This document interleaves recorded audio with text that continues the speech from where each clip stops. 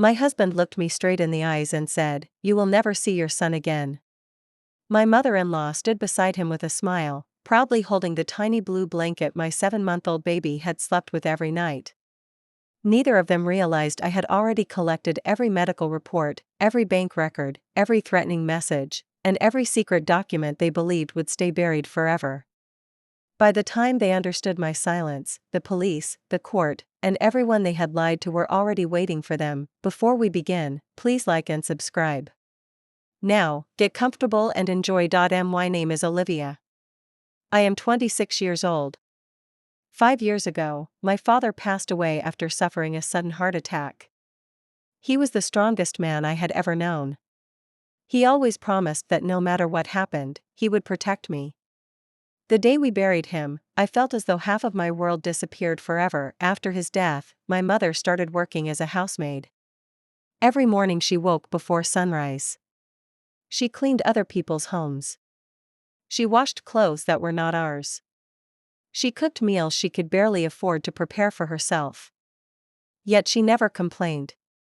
Every rupee she earned was spent trying to give me a better future. When I met my future husband, I believed life was finally changing. He appeared gentle. He spoke softly. He bought me flowers that smelled like fresh jasmine. He wore expensive cologne that filled every room before he entered. Everyone said I was lucky. They said he came from a respectable family with a successful business. I ignored the small warning signs. His mother constantly criticized my clothes. She complained about the food I cooked. She reminded me that I came from a poor family whenever guests visited. Every insult was delivered with a fake smile that fooled everyone except me. After we married, things became worse. My husband slowly took control of everything. He insisted that my salary be deposited into a joint account. He claimed it would help us build our future together. Every month thousands of dollars disappeared from our savings, but whenever I asked questions, he laughed and called me paranoid. Then I became pregnant. For a short time, I believed our baby would change everything. Instead, it gave them another way to control me. The insults became louder. The arguments became more frequent. My mother-in-law monitored everything I ate. She criticized every doctor's appointment.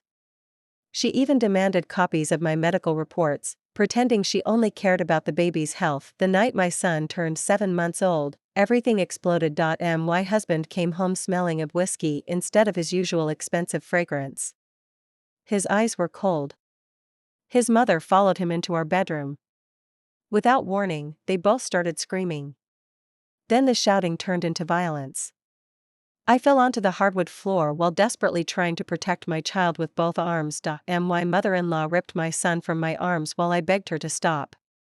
My husband grabbed my shoulders and shoved me toward the front door with enough force to send me crashing into the hallway table.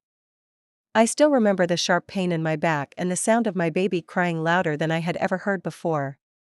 I reached for him one last time, but my husband slammed the door so hard the picture frame beside it shattered across the floor. I stood outside for nearly 10 minutes without moving. My hands were bleeding from pounding on the door. My face was swollen. My heart felt empty. The neighbors peeked through their curtains, but nobody came outside. Everyone heard the screams. Nobody wanted to become involved. I borrowed a stranger's phone and called my mother. She arrived 40 minutes later carrying an old sweater because she knew I had left without anything. The moment she saw my bruises, tears filled her eyes. She wrapped her arms around me without saying a word. During the drive home, neither of us spoke. The silence hurt more than the bruises. That night she cleaned the cuts on my hands. Then she looked directly at me. "Take the divorce," she whispered. "Work. Build your own life. Don't waste another day begging people who have no heart." I wanted to argue. I wanted to believe my husband would apologize. Instead, I remembered the smile on my mother-in-law's face while she held my crying son. Something inside me became completely still. The tears stopped. The fear disappeared. In its place came something far more dangerous. Clarity. The next morning, I visited a government hospital before sunrise. Every bruise was photographed. Every injury was measured. The doctor carefully documented the swelling around my wrist, the bruising on my ribs, and the deep cut behind my shoulder. I requested certified copies of every report. After leaving the hospital, I went directly to the nearest police station. The officer on duty barely looked up from his desk. "Family matters should be solved at home," he said. I quietly placed my medical reports on his desk. Then I placed photographs beside them. Then I played the audio recording I had accidentally captured when my phone continued recording after my husband attacked me. The room became silent. For the first time, the officer actually looked at me. A formal complaint was registered. I left the station with official copies stamped and signed. That afternoon, I contacted a family lawyer recommended by an old university friend. His office overlooked the city skyline. Every shelf behind his desk was filled with thick legal books. He listened without interrupting while I explained everything from the beginning. When I finished, he folded his hands. "If everything you have told me can be supported with evidence," he said calmly, "this case is much bigger than domestic violence." He explained something I had never considered: financial abuse, illegal transfers, hidden assets, parental interference, custody violations. Each one carried serious legal consequences. For the first time since losing my son, I realized I was no longer fighting with emotions. I was preparing a legal battlefield. And unlike my husband, I intended to win every single fight using facts instead of anger. The following week became the busiest period of my life. While my husband believed I was broken, I was building a case one document at a time. Every receipt, every bank statement, every text message, and every email became another piece of the truth. I created digital backups on 2 encrypted drives and printed 3 complete sets of evidence. One stayed with my lawyer. One remained in a rented safety deposit box. One stayed hidden inside my mother's old sewing machine where nobody would ever think to look. My lawyer hired a licensed forensic accountant. Within days, he discovered a pattern that immediately caught his attention. Every month, money from our joint account had been transferred into another account I had never seen before. The amounts were carefully kept below the reporting threshold. $4,000. $3,800. $4,500. Again and again. Over 3 years, the total exceeded $286,000. The account belonged to my husband's cousin. But the money did not stay there. It moved again. Another transfer. Another account. Another company. Finally, it disappeared into a small property investment business registered under my mother-in-law's name. They had been using my salary to purchase rental apartments while convincing me we were struggling financially. I felt my hands grow cold. Not because I was shocked. Because everything suddenly made sense. Every time I wanted to buy something for myself, my husband claimed we could not afford it. When I asked why we never traveled, he blamed rising expenses. When I questioned our savings, he said the economy was unstable. Every single word had been a lie. My lawyer smiled for the first time. "This," he said while tapping the financial report, "is exactly what judges understand." A week later, another surprise arrived. My former colleague called unexpectedly. She sounded nervous. "There is something you should know," she whispered. She explained that my husband had been telling everyone I abandoned my own child because I wanted a richer lifestyle. He even showed edited screenshots to support his story. My mother-in-law repeated the same lies to relatives, neighbors, and members of their community group until people believed I had willingly walked away. I thanked my colleague. Then I opened my laptop. Instead of becoming angry, I compared every fake screenshot with the original still stored on my phone. The differences were obvious. Dates had been changed. Messages had been deleted. Entire conversations had been cut apart. A digital forensic expert confirmed the images had been manipulated. Another report. Another expert witness. Another nail in their coffin. Then came the biggest mistake my husband ever made. Confident that I would never fight back, he sent me a voice message. You have no money, he laughed. No family. No future. Sign the divorce papers and forget the boy. You can always have another child. I listened only once. Then I forwarded the recording to my lawyer. He leaned back in his chair. Congratulations, he said quietly. They've just strengthened your custody case. For the first time in months, I smiled. It wasn't a smile of happiness. It was the smile of someone watching a carefully built trap finally begin to close around the people who believed they were untouchable. The court scheduled the first custody hearing 3 weeks later. My husband walked into the courtroom wearing a tailored navy suit that probably cost more than my mother earned in 6 months. My mother-in-law wore a pearl necklace and greeted people with polite smiles, acting like the perfect grandmother. They believed appearances would win the day. They had no idea evidence was about to destroy every performance they had rehearsed. When the judge asked whether reconciliation was possible, my husband answered before anyone else. My wife is unstable, he said. She left our home voluntarily. We have protected the child ever since. His lawyer confidently handed over a folder filled with carefully selected photographs and printed conversations. My lawyer did not interrupt. He simply waited. When it became our turn, he placed one sealed evidence box after another onto the courtroom table. Medical reports. Police records. Certified bank statements. The forensic accounting report. The digital analysis proving the screenshots had been altered. The voice recording. Witness statements from my former colleague and 2 neighbors who admitted they had heard me begging to see my baby after being thrown out. The courtroom became unusually quiet. The judge listened to the audio recording through headphones. My husband's face slowly lost its confidence.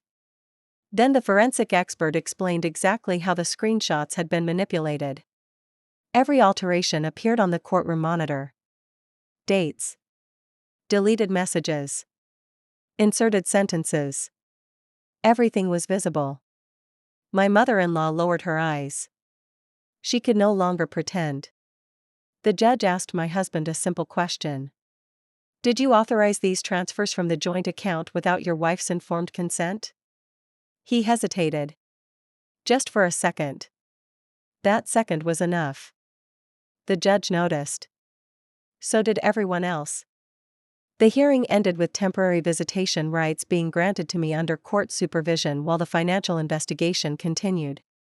When I finally saw my son again, he stared at me for a few moments before reaching toward my face with his tiny hand. I kissed his forehead and promised him something silently. No one would ever separate us again. Outside the courthouse, reporters were waiting. Someone had leaked details of the financial investigation. Microphones surrounded my husband. He refused to answer questions. My mother-in-law covered her face. The confident family that once mocked me hurried toward their car while cameras followed every step. Over the next month, investigators uncovered even more. Rental income had never been declared. Tax documents contained false information. Several property purchases had been funded through concealed transfers originating from our marital assets. The financial case expanded beyond family court. Government agencies became involved. Bank accounts were frozen. Properties were placed under legal restrictions. My husband called repeatedly. For the first time, he sounded frightened. He begged to negotiate privately. He promised to return every dollar. He even apologized. I declined every request. Not because I wanted revenge alone. Because accountability cannot exist without consequences. The woman they believed would stay silent had become the strongest witness against them. And the final judgment was still ahead. The final hearing arrived on a crisp Monday morning. The courtroom was full long before the judge entered. Lawyers arranged thick binders across polished tables. Court officers checked every exhibit one last time. My husband avoided looking at me. The expensive confidence he once wore so proudly had vanished. His suit hung loosely on his shoulders. My mother-in-law looked exhausted. The woman who once mocked my family now sat quietly, twisting a handkerchief between trembling fingers. The judge reviewed months of testimony before delivering the decision. The court found that I had been subjected to physical abuse, financial abuse, and deliberate parental interference. The evidence clearly established that marital funds had been secretly diverted through multiple accounts for personal gain. The altered screenshots and false statements severely damaged my husband's credibility. His repeated attempts to isolate me from my child were described as intentional and harmful. Primary custody of my son was awarded to me. My husband received only limited visitation under strict court conditions until he completed mandatory counseling and complied with every legal requirement. The financial ruling followed immediately. The concealed assets were traced. The disputed transfers were calculated. Restitution was ordered. Civil penalties were imposed. Separate tax investigations continued outside the family case. My husband closed his eyes. My mother-in-law began crying. Neither of them said a single word. When we walked outside, there were no dramatic speeches. No shouting. No celebration. Justice did not need noise. It had already spoken. A few months later, my son and I moved into a bright apartment with large windows overlooking a quiet park. It was not a mansion. It was not filled with luxury furniture. But every room felt safe. Every laugh belonged to us. Every night I tucked my little boy into bed with the same blue blanket that had finally been returned after the court order. My mother no longer cleaned other people's homes every day. I helped her open a small home catering business. She smiled more than I had seen in years. The kitchen was once again filled with hope instead of worry. As for me, I found stable work, rebuilt my savings honestly, and slowly learned that peace is far more valuable than pretending to live a perfect life with the wrong people. Looking back, I understand something important. Cruel people often mistake silence for weakness. They think kindness means surrender. They believe lies can replace truth forever. But truth is patient. It waits. Then it arrives with evidence no one can escape. If you were ever forced to choose between revenge driven by anger and justice built on facts, choose facts every single time. Anger burns quickly. Evidence lasts forever. If you found this story compelling, don't forget to like, share, and subscribe to the channel for more stories like this. Let me know in the comments what you would have done.